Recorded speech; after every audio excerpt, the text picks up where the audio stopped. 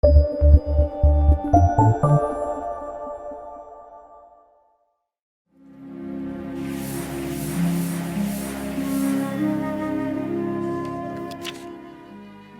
말씀은 누가복음 14장 23절에서 24절 말씀입니다. 주인이 종에게 이르되 길과 산울타리 가로나가서 사람을 강권하여 데려다가 내 집을 채우라. 내가 너희에게 말하노니 전에 청하였던 그 사람들은 하나도 내 잔치를 맛보지 못하리라 하였다 하시니라. 아멘. 지난 2003년 평범하게 살던 50대의 한 남성이 로또 복권 1등에 당첨이 된 적이 있었습니다. 그 당시 1등 당첨 금액이 242억이었습니다. 그래서 굉장한 화제를 불러일으켰던 이야기죠. 이 주인공은 평범하게 살던 그런 분이었습니다. 별로 경제적으로 여유가 있었던 분은 아니었는데 말 그대로 세상 말로 대박이 났습니다. 사람들이 부러워하고 당신이 이제 고생 끝났다, 남은 여생 정말 편안하게 살 수 있겠다, 부럽다, 이런 이야기들을 많이 해줬습니다. 그런데 졸지에 벼락부자가 된 이분이 그 많은 돈을 어찌할 바를 몰라 하다가 지인들의 사업과 주식 투자, 그리고 아파트를 구입하고 또 가족, 친지, 친구들에게 돈을 그냥 빌려주고 하다가 여러 가지 일들을 겹치면서 마침내 5년이 지난 다음에 그가 가진 돈을 다 쓰고 빈털터리가 되었습니다. 이미 돈 맛을 경험했던 이분은 돈 없이 살 수 없다는 것을 알게 되고 인터넷을 돌아다니면서 자신을 펀드 전문가라고 홍보를 하며 사기를 치기 시작합니다. 그리고 인터넷을 통해서 자신에게 문의한 고객들에게 1억 4,800만 원을 뜯어내고 나중에 속은 것을 안 고객들이 이 남성을 사기 혐의로 고소했고, 그래서 2014년 10월 이 남성이 구속되는 사건이 있었습니다. 로또 복권의 1등에 당첨이 될 때만 해도 이분은 행운아, 고생이 끝난 승리자, 성공자, 이렇게 모든 분들이 평가를 했지만 불과 5년이 지나고 빈털터리가 되고 다시 또 몇 년이 지난 다음에는 이분이 구속이 되는, 그리고 전과자가 되는 이런 추락하는 인생이 되었습니다. 우리는 보통 사람들이 어느 한순간에 우리가 부러워하는 조건을 가지면 저 사람은 승리했다 또는 성공했다라고 이야기를 합니다만, 과연 한 사람의 인생을 단편적으로 보면서 저 사람이 성공하고 승리했다라고 말하는 게 맞는 걸까? 흔히 우리가 하는 얘기 가운데 마지막에 웃는 자가 진정한 승리자라고 하는 말이 있듯이 모든 인생은 끝이 좋아야 진정한 승리자라고 말할 수 있습니다. 근데 이건 세상의 논리만 그런 것 같지 않습니다. 성경에서도 같은 얘기를 해요. 우리가 이 세상에서 아무리 잘 먹고 잘 살고 출세하고 즐거움을 많이 누렸을지라도 그 한 인생이 절대로 성경에서 그런 사람을 승리했다라고 말하지 않아요. 그 사람이 최고의 권력을 갖고 남들보다 더 높은 빌딩을 소유했고 사람들 앞에 인지도가 있는 인생을 살았을지라도 성경은 그런 인생을 가리켜서 승리했다, 성공했다라고 정의하지 않아요. 그러면 성경에서는 어떤 사람을 승리한 인생이라고 얘기를 하느냐? 이런 인생을 승리한 인생이라고 하죠. 오늘 본문의 15절에 나오는 얘기예요. 같이 읽어볼게요. 시작. 무릇 하나님의 나라에서 떡을 먹는 자는 복이 있도다. 무슨 얘기입니까? 마지막 날에 하나님의 나라 잔치에 참여해서 그 하나님과 함께 마지막으로 웃는 인생, 그 인생을 성경에서는 승리자, 성공한 인생이라고 말한다는 거예요. 그렇다면 성경의 논리대로라고 하면 우리가 마지막에 웃는 자가 되려면 어떻게 살아야 될까? 오늘 누가복음 14장 16절부터 24절의 본문 말씀을 통해서 예수님이 하는 이 비유를 통해서 마지막에 하나님 나라에 웃는 인생은 어떤 사람이냐? 자, 지난 시간에 이 지금 누가복음 14장은 지난 이야기와 오늘 이야기 연결이 되는 거예요. 바리새인들이 예수님을 식사 자리에 안식일 날 초대를 했지요. 그런데 그 식사 자리는 순수한 의도가 아니라 예수님을 모함하려고 함정을 파놓은 자리였어요. 수족병, 피부병에 걸린 한 사람을 데려다 놓고 그 사람을 고치게 만들어서 예수님이 안식일 날 율법을 어긴 이것을 들이밀고 곤란에 빠뜨리려고 예수님을 엿보려고 그런 모함을 했던 자리였어요. 그런데 예수님이 이 의도를 아시고 그들의 교만을 질책하시고 세상 사람들 무시하지 말고 너희들이 가진 것 많다고 신분이 높다고 의시되지 말고 겸손해져라. 그리고 사랑을 베풀거든 보상을 바라지 말고 전혀 나에게 사랑을 대갚을 일이 없는 사람에게 사랑을 줄 수 있는 그런 사람이 되어라라는 교훈을 주시죠. 그리고 지금 어색하게 예수님께 좀 질책을 받으면서 자기들이 예수님을 곤란하게 하려고 했던 그 의도와는 다르게 자기들이 역공을 당하고 있는 거예요, 바리새인들이. 그리고 식사를 하는 거예요. 그 중에 한 사람이, 여러분 그렇잖아요. 분위기 썰렁한데 밥 먹으려고 하면은 되게 이상하잖아요. 그러니까 그 중에 한 바리새인이 뭐라고 얘기를 하느냐? 아유, 나는 이런 데서 이렇게 밥 먹는 것보다 빨리 하늘나라 가서 천국에서 주는 밥을 먹고 싶어, 이렇게 농담을 했어요. 한 사람이. 오늘 성경에 보면 예수님께서 그 얘기를 듣자마자 너 얘기 참 잘했다. 네가 말한 대로 우리가 이 땅에서만 이렇게 먹는 것이 먹는 게 아니라 언젠가 하나님 나라에 가서 하나님과 함께 먹는 날이 올 텐데, 그걸 천국이라고 하죠. 우리가 그 날이 올 텐데, 그러려면 너희가 어떤 인생을 살아야 되는지를 내가 지금부터 얘기할 테니 잘 들어라. 그러면서 예수님께 다시 그들에게, 이 바리새인들에게 식사 자리에서 이야기를 하나 들려주시는 거예요. 이게 비유죠. 어떤 비유를 들려주시느냐? 한 사람이 한 동네에서 굉장히 신분이 높은 사람이에요.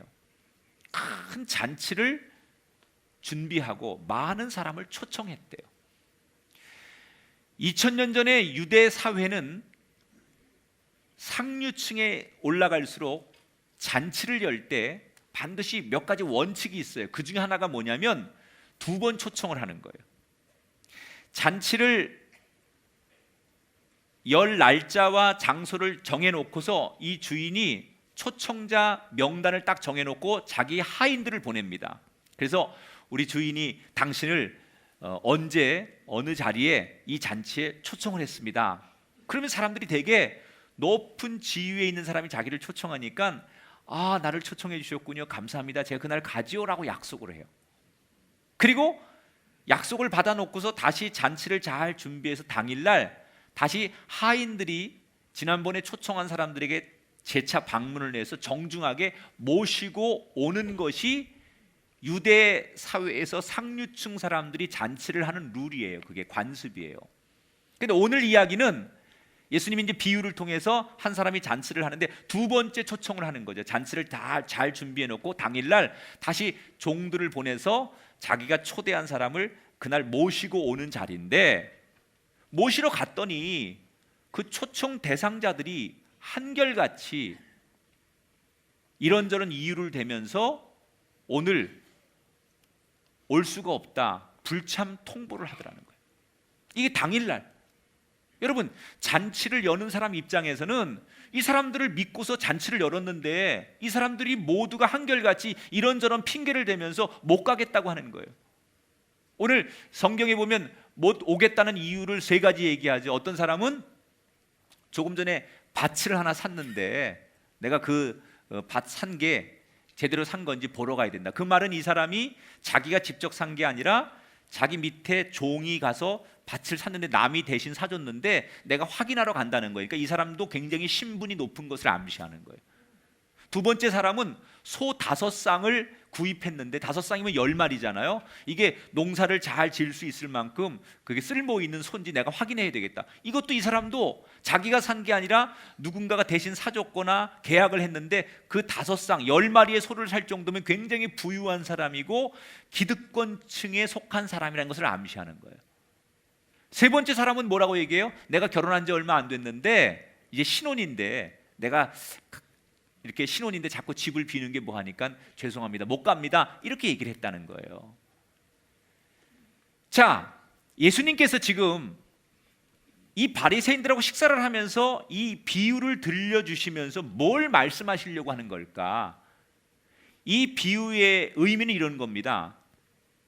잔치를 연 이 주인은 누굴 말하는 거냐면 하나님을 말하는 거예요. 그리고 잔치를 여는 장소는 천국을 말하는 거고요, 초청받은 사람들은 바로 유대 땅에 살고 있는 이스라엘 백성들을 얘기하는 거고, 그 이스라엘 백성들 가운데 가장 상징적인 대표들이 지금 예수님과 함께 식사를 하는 이 바리새인들이에요. 그리고 주인이 보내서 사람들을 초청하게 하는 심부름을 하는 그 종이 누구예요? 예수님, 선지자, 세례 요한, 또는 저같이 목사들이죠. 무슨 얘기를 이해가 되면 끄덕여야 내가 다음 단계로 진행을 할 거 아니에요. 끄덕여 봐요. 너도 해. 이 비유는 이런 것을 담아서 이제 이렇게 얘기를 하시는 거예요. 자, 비유를 설명하면 그런 거죠. 하나님이 유대인들을, 이스라엘 백성들을 하나님 나라의 잔치에 초청했어요. 그래서 이 유대인들도 처음에는 하나님 나라에 우리가 초청받았으니까 참여하기로 약속을 합니다. 예, 하나님 우리 불러주셨으니까 갈게요. 그런데 막상 때가 되니까 약속을 거부하는 거예요. 뭐라고요? 지금은 돈을 벌어 놓아야 될 때니까 제가 못 가겠습니다. 지금은 내가 미래를 준비해야 되니까 못 가겠습니다. 지금은 내가 너무 바쁩니다. 애들도 키워야 되고 가정도 지켜야 되니까 내가 못 가겠습니다. 그러면서 원래 하나님 앞에 가기로 했던 유대인들이 이런저런 핑계를 대면서 약속을 안 지키는 거예요. 여러분, 구약에 보면 하나님께서 이스라엘 민족을 선택하잖아요. 여러 강대국들이 있었고 많은 나라들이 있었지만 하나님께서 이스라엘 민족을 선택하셔서 이스라엘 민족 가운데 구원을 이 땅에 이루시잖아요. 그래서 이스라엘 민족은 선택된 민족이에요. 그런데 하나님이 이스라엘 백성들을 초대했는데 우리는 하나님의 백성입니다라고 약속을 한 이 이스라엘 백성들이 시간이 지나면서 이런저런 이유를 대면서 하나님과 했던 약속을 이스라엘 백성들이 깨는 거예요. 그리고 지금 이 바리새인들도 역시 우리는 막연하게 하나님의 백성이고 이스라엘 백성이고 우리 조상들이 다 훌륭했던 아브라함, 모세, 다윗, 이게 우리 조상들이니까 하나님의 사랑은 우리한테만 머물지 다른 사람한테 갈 수 없어, 우리는 하나님 나라에 당연히 들어갈 수 있어, 이렇게 막연하게 생각하면서 자신들의 지금의 위치를 잘 모르는 거예요. 교만하고 예수님을 무시하고 예수님의 사랑을 제대로 전하지 않고 이렇게 살고 있는 이 바리새인들을 향해서 지금 주시는 메시지. 자, 여기서 우리가 이런 반론을 제시할 수 있을 거예요, 여러분요. 열심히 돈 벌겠다는데, 열심히 내가 가정을 지켜보겠다는데, 이렇게 열심히 살다가 내가 너무 바빠서 잔치에 참여 못하는 게 무슨 잘못이냐? 그렇죠, 여러분? 아니, 내가 열심히 살다 보니 오늘 내가 주일도 빠질 수 있고 가끔 내가 너무너무 열심히 애들 키우고 내가 세상에서 누군가와 약속을 지키다 보면 내가 하나님의 약속을, 초대를 지금 당장 못 갈 수도 있지 않느냐, 이런 얘기를 여러분 할 수 있을 거예요. 그러나 이게 하나님 나라의 잔치라면 이야기가 달라집니다. 사람이 이 세상에서 우리가 돈 버는 것도 중요하고 자식 낳는 것도 중요하고 뭐 우리가 목표한 것을 이루어서 어떤 자리에 올라가는 것도 중요합니다. 그런데 그렇게 잘 살았던 인생이 마지막에 가서, 맨 마지막에 가서, 세상에선 잘 살았다고 남들이 얘기하는데 맨 마지막에 가서 그 사람이 구원을 받지 못하고 하나님 나라에 들어가지 못한다면 이건 상황이 달라지는 거예요. 지금 바리새인들이 이 세상에서는 열심히 삽니다. 최선을 다합니다. 그런데 하나님 나라의 초청을 받은 것을, 이 세상 열심히 사는 것 때문에 이 초청을 응하지 않고 있는 그 안타까운 바리새인들을 예수님께서 지적하시면서 세상에서 열심히 사는 것도 중요하지만 그 마지막에 웃는 자가 되기 위해서는 하나님과의 약속을 지키는 사람이 되고자 노력해야 된다는 거예요. 여러분, 우리는 어떻습니까? 우리는 하나님 앞에 세례를 받을 때 주님 잘 섬기겠다고 약속했어요. 이제부터는 우리가 예배자가 되고 세상에 굴하지 않겠다고 약속했어요. 그런데 우리가 살다 보니까 바쁘다는 이유로, 가족들하고 우리가 여행 가야 되는 게 중요하다는 이유로 예배를 우습게 생각하고 빠집니다. 생활비가 부족하다는 이유로 11조마저 생활비에 넣기 시작합니다. 공부 잘해야 된다, 직장 잘 다녀야 된다, 이런 거 고민하다 보니까 언젠가부터 우리가 하나님과의 약속을 우리 쪽에서 깨기 시작했어요.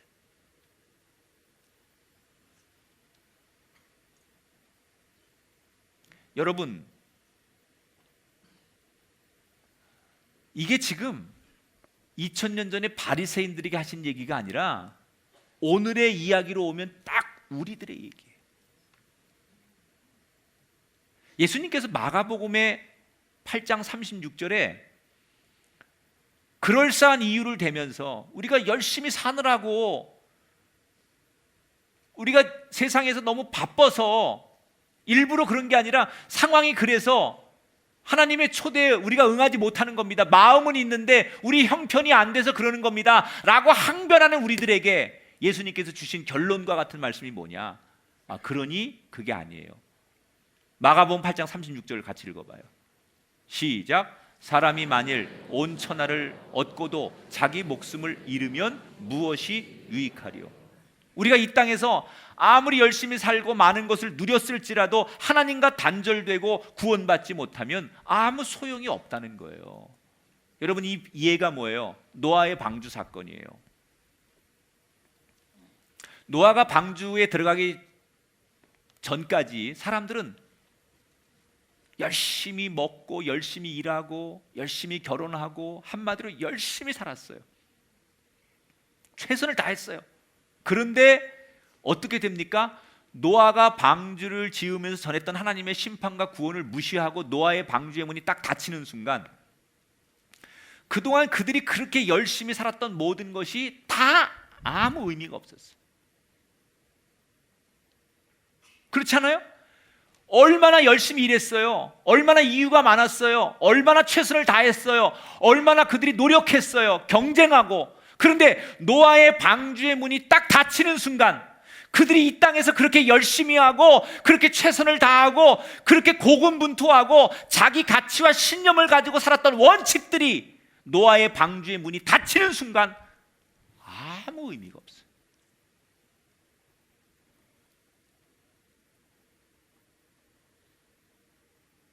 여러분은 지금 무슨 가치로 여러분의 인생을 끌고 가고 계십니까? 여러분이 가지고 있는 이 세상의 가치, 내 목표, 내 집념, 내 야망, 이게 여러분을 이끌고 가는 지금 인생의 가치라고 생각되십니까? 이게 정말 여러분이 선택하는 최고의 가치라고 생각하십니까? 아니면 오늘 예수님이 안타깝게 말씀하신 대로 마지막에 웃는 자가 되기 위해서 이 세상의 경쟁과 이 세상의 가치가 아니라 하나님께서 우리에게 주신 그 메시지를 붙들고 그 약속을 지키려고 몸부림치는 그 가치로 살려고 하는 사람이냐? 오늘 성경은 우리에게 두 부류를 보여주고 있는 거예요.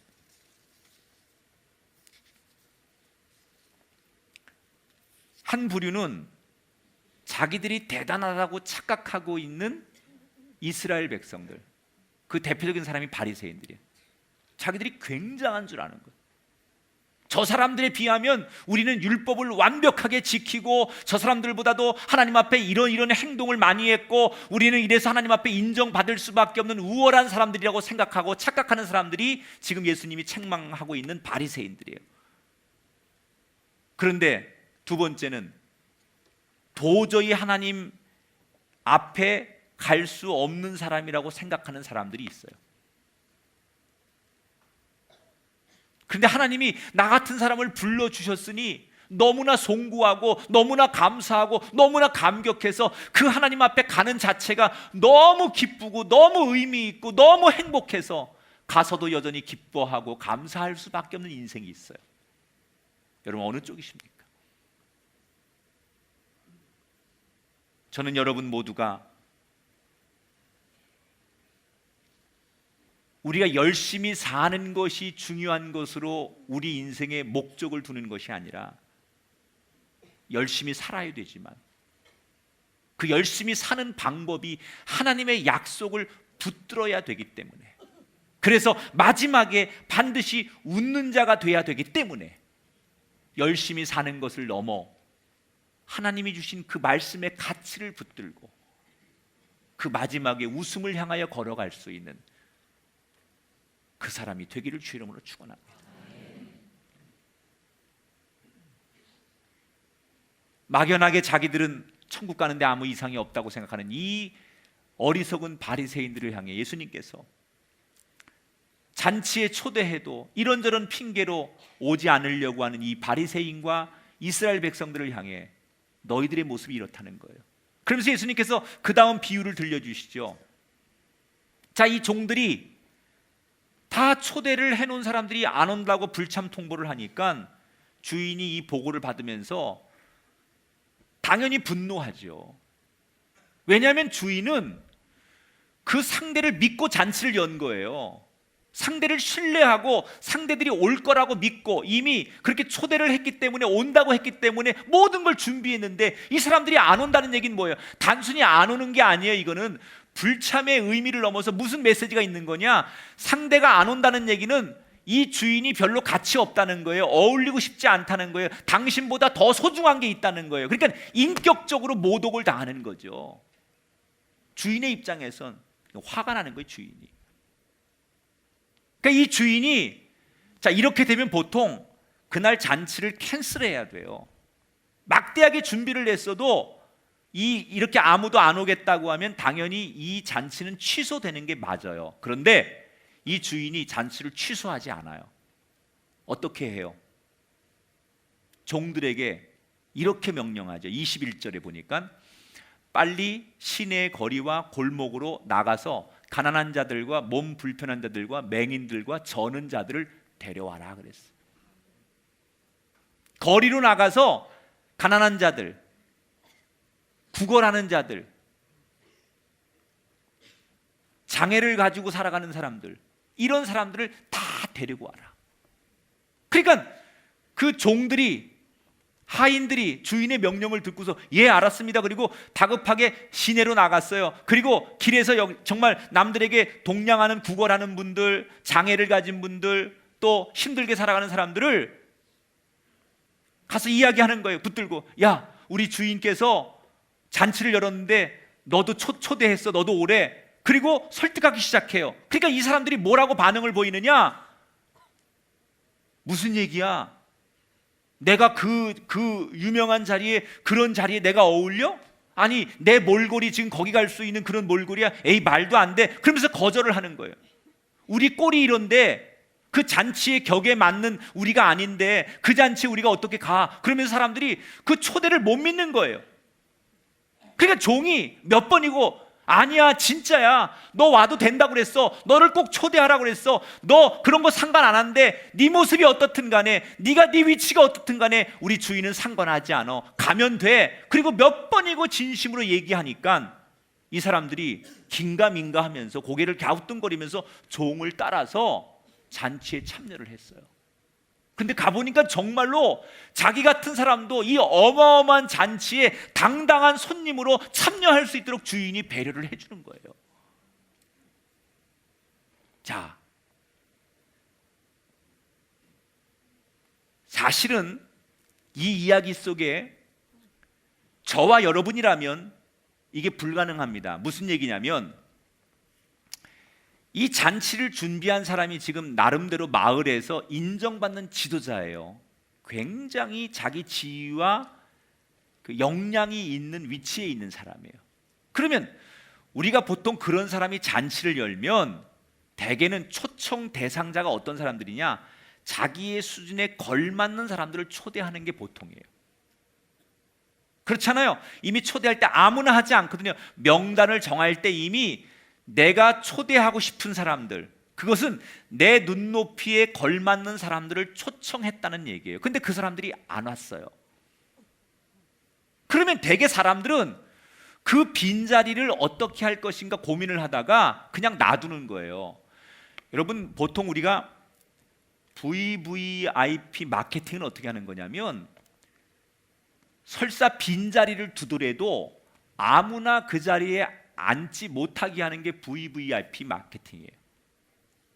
비행기를 타는데 1등석은 뭐 저기 그 이코노믹이 너무 넘치니까 아유 그냥 여기가 앉으세요. 그리고 주면 그건 1등석의 가치가 없는 거예요.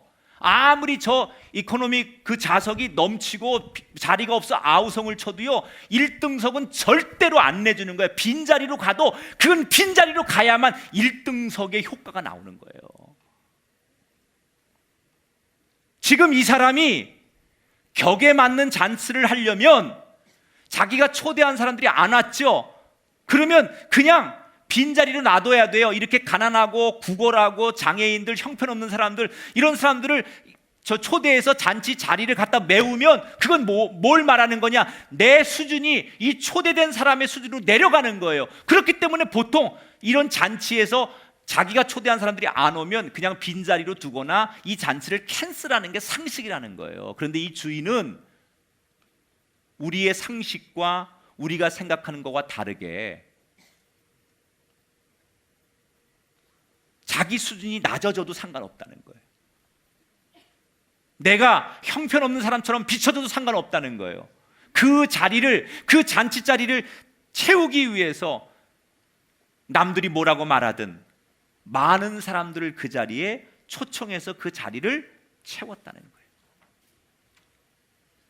자, 이건 뭘 말하는 거냐? 사람들의 가치관과 사람들의 기준과 하나님의 가치관, 하나님의 마음이 다르다는 걸 얘기하는 거예요. 여러분, 사람들은 돈을 봅니다. 제일 먼저 재력을 보지요, 외모를 보지요, 그 사람의 학력을 보죠, 그 사람의 지위를 봅니다, 그 사람이 입고 있는 옷을 봅니다, 그 사람이 여러분 어떤 외형적인 가치를 봅니다, 그 사람의 실력을 봅니다. 그래서 그 격에 맞는 사람을 선택합니다. 내가 대학 나왔으니까 적어도 대학 나온 사람, 내가 이 정도의 퀄리티가 있으니까 그 정도의 퀄리티 있는 사람을 친구로 사귀고 그런 사람을 파트너로 선정하고 그런 사람과 모임을 가지려고 합니다. 그래야 내 수준이 그 사람과 어울려서 같은 위치에 선다고 생각하기 때문에 내 가치를 올리려면 우리는 그런 조건의 사람을 찾아요. 그게 사람의 모임의 원칙이에요. 그런데 하나님의 나라는, 하나님의 마음은 우리 인간이 따지는 그런 격, 이런 게 중요하지 않다는 거예요. 그냥 하나님의 마음은 그냥 이 잔치에 많은 사람들이 오는 것, 그게 하나님의 마음이에요. 굳이 여기에 와야 하는 사람이 이런 조건을 가져야 되고 이런 위치에 있어야 되고 이런 정도 능력이 있어야 되고 이런 정도 외모와 학벌과 이런 조건과 이런 것들이 성립돼야만 여기에 올 수 있다라고 단정하는 것이 천국이 아니라, 하나님이 누구든지 초청한 사람들이 응하기만 하면 올 수 있는 곳, 그것이 천국이라는 것을 말하고 싶은 거예요.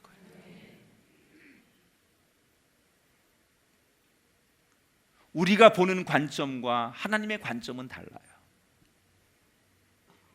사람들은 약점이 있는 사람, 나에게 손해가 되는 사람, 나에게 별로 도움이 안 되는 사람은 멀리하게 돼 있어요. 그런데 하나님은 그 사람과 내가 만나면 내 격이 낮아지고 그 사람처럼 취급을 받을지라도 세상적으로 약점과 결점과 단점이 있을지라도 그걸 보시는 분이 아니에요. 누구든지 내 초청에 응하기만 하면 이 잔치에 올 수 있도록 열어놓는 분이 하나님의 마음이라는 거예요. 그러니까 중요한 건 뭐예요? 내가 세상적으로 이런 외모와 이런 재능과 이런 능력이 있느냐, 이게 우리한테 중요한 게 아니라 하나님이 나를 부르셨을 때 그 부르심에 순종했느냐, 그 부르심에 내가 왔느냐, 그게 중요하다는 거예요. 거꾸로 여러분 이렇게 생각해 보세요. 천국이 우리가 이 땅에서 아무리 열심히 노력해도 겨우 들어갈까 말까 하는 그런 어마어마한 것으로 만들어 놨다면 여러분 얼마나 우리가 곤고한 인생이겠어요. 하나님의 나라 천국이 너무 좋은 곳인데 그곳에 가려면 이 땅에서 진짜 엄청나게 노력하고 애쓰고 별짓 다 해서 겨우 들어갈까 말까 하는 곳이 천국으로 만들어 놨다면 저와 여러분의 인생이 얼마나 공고하겠냐는 거예요. 그런데 하나님이 만든 천국은 그런 나라가 아니라 그냥 하나님께서 초청을 했는데 그 초청에 응하기만 하면 누구든지 세상 조건이 어떻든지 상관하지 않고 갈 수 있는 곳, 그것이 하나님의 나라라는 거예요. 난 여러분에게 오늘 이렇게 얘기하고 싶어요. 늘 열등감 속에 사는 분이 이 자리에 계십니까? 나는 나이 먹고 내 외모와 재력과 내 능력, 학력 이런 것들이 부끄러워. 내가 내 자신을 바라봐도 나는 참 못났구나 라고 속상해하고 부끄러워하는 분이 계십니까? 그분에게 이렇게 얘기하고 싶어요. 아닙니다. 괜찮습니다. 하나님이 여러분을 이 예배의 자리에 부르셨을 때 여러분의 그 외모, 학력, 세상의 조건을 보고 부르신 게 아니에요. 이 예배 자리에, 이 잔치에 여러분을 부르셨을 때 여러분의 그 조건을 보고 부르신 게 아니라 누구든지 내 부름에, 이 잔치에 내가 초청했는데 응하면 그걸로 만족하시는 거예요.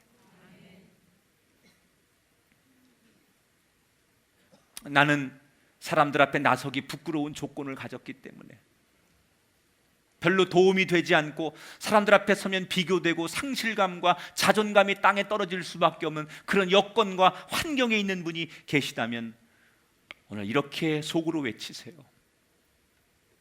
나는 하나님께서 친히 불러서 온 사람이야. 여러분, 그거 하나면 돼요. 우리가 하나님 앞에 오는데 사람들이 정한 그 룰, 사람들이 정한 그 가치, 사람들이 정한 그 패턴으로 오는 게 아니라 하나님이 나를 부르셨기 때문에 나는 그 초청에 응해서 왔기 때문에 그거면 되는 거예요.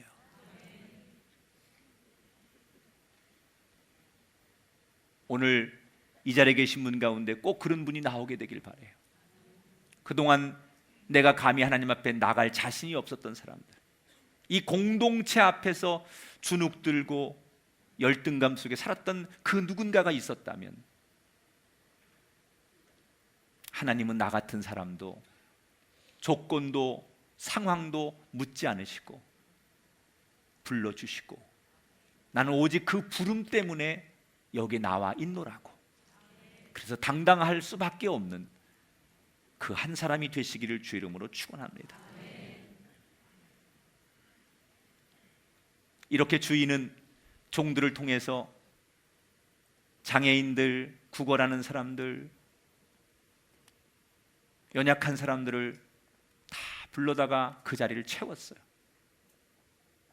그런데 이 종들이 주인에게 다시 보고하는 거예요. 주인님, 말씀한 대로 거리에 나가서 그런 사람들을 다 채웠는데도 아직도 자리가 많이 비었습니다. 그런 사람들을 다 데려다가 채웠는데도 아직도 자리가 비었다는 거예요. 그래서 주인이 그 얘기를 듣자마자 다시 두 번째 명령을 하세요. 종들에게. 그래? 자리가 비었어?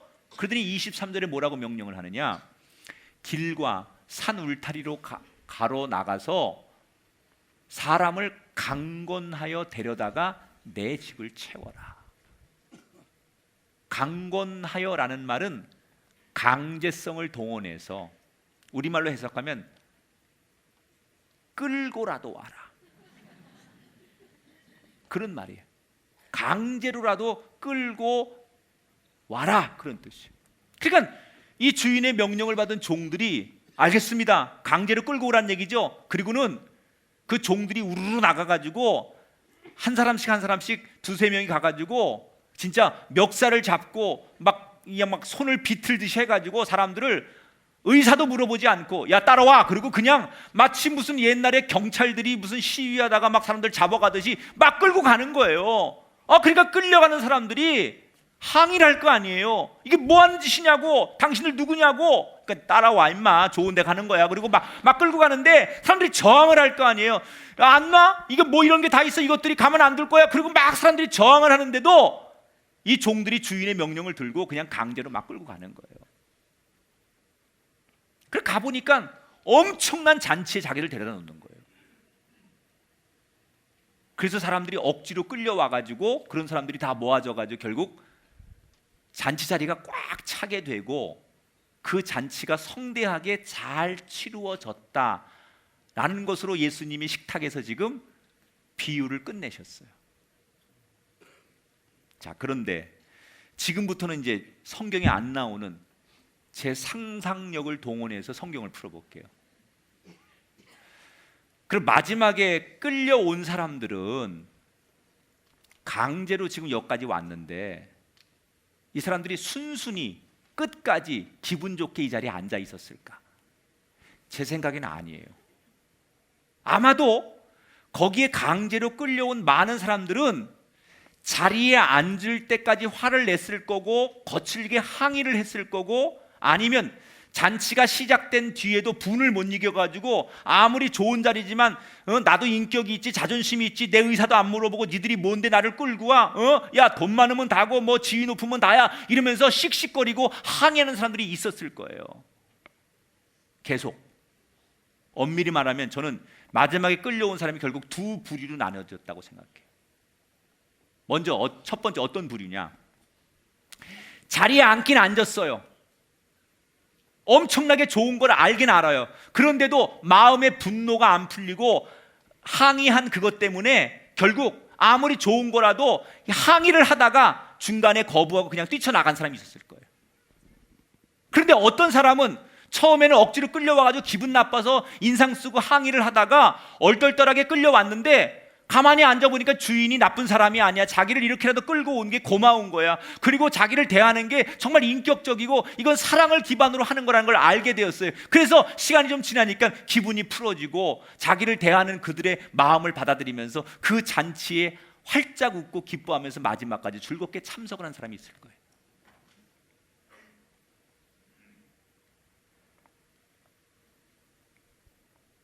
요 얘기는 성경에 안 나와요. 내가 지금 상상을 해서 이 성경을 뒷이야기를 내가 풀어보는 거예요. 그럼 뭘 얘기하고 싶은 거냐? 그 마지막에 하나님 나라 천국 잔치에 참여하는 것은 어떻게 왔느냐는 중요한 게 아니라는 거예요. 시작은 어떻게 했든지 간에 그 자리에 어떻게 자원에서 왔든 누구한테 끌려왔든 대타로 왔든 간에 그 자리에 온 그 사람이 그 주인을 믿고 그 자리를 끝까지 앉아서 지키는 사람은 마지막에 그 잔치의 즐거움을 다 만끽하고 웃는 인생이 되지만 그 자리를 끝까지 지키지 못하고 그 자리를 끝까지 자기 것으로 만들지 못하고 중간에 화가 난다고 항의하고 자기가 생각한 대로 안 됐다고 뛰쳐나가고 또는 여기 이런 사람들하고 내가 어울릴 수 없다고 누군가를 보면서 뛰쳐나가면 그 잔치의 기쁨을 끝까지 만족하고 누리지 못하더라는 거예요. 하나님 나라의 잔치도 똑같다는 거예요. 여러분, 우리 가운데 자발적으로 예수를 믿은 사람만 교회에 오는 게 아니에요. 어떤 분은 아내가 하도 조르니까 또 애들이 하도 칭얼대니까 그런 분들이 있을 거예요. 아니, 저 사람 나만 보면 교회 가자고 하여튼 뭐 그냥 앙앙앙앙앙 그래가지고 내가 가지고 저 사람 칭얼거리는 거 듣기 싫어가지고 한번 나왔다고. 그런데 이유 어찌됐든 간에 그렇게 칭얼대서 왔고 어떤 사람은 마음이 아파서 의지할 곳이 세상에 없어서 교회 가면 좀 의지할 게 있을까 하고 온 사람도 있을 거고 어떤 사람은 세상에 없는 그 평안을 찾아서 교회에 온 사람도 있을 거예요. 시작의 동기는 이 교회에 온 동기는 다양할 수 있어요. 끌려올 수도 있고 그런 어떤 순수하지 않은 의도로 올 수도 있어요. 여기 많은 사람들이 모이니까 인기도 좀 얻어보려고 하고 혹시라도 뭐 나한테 도움이 될까 이런 순수하지 않은 동기로 온 사람도 분명히 있다는 거예요. 그러나 동기는 어찌 되었든 간에 이 자리에 와서 예배를 드리다가 하나님 말씀을 듣다가 나도 모르게 그게 정말 하나님의 말씀처럼 들리는 순간이 생기고 내가 하나님 앞에 죄인이라는 것을 깨닫게 되면서 시작은 그렇게 했지만 시간이 지날수록 이 자리가 내 자리라고 생각하고 내가 걸어야 할 길이 이 길이라고 생각하면서 끝까지 앉아 있게 되면 그 사람이 마지막 날 천국에 주인공이 된다는 거예요. 따라합시다. 시작은 어쨌든지 간에 끝까지 지키는 사람 됩시다. 할렐루야. 지금 많은 사람들이 씩 하고 웃는 거는 내 얘기인데, 혹시 이 자리에 가족 때문에 상황 때문에 오기 싫었는데 억지로 끌려와서 앉아 계신 분이 있다면 난 그런 분에게 이렇게 축복합니다. 과정이야 어찌 됐든 간에 이 자리가 웃는 자리가 되시고, 이 자리가 하나님 만나는 자리가 되시고, 여러분을 천국으로 부르시는 하나님의 부름의 자리라고 믿고 인내하고 견디시고 승리하기를 주의 이름으로 축원합니다.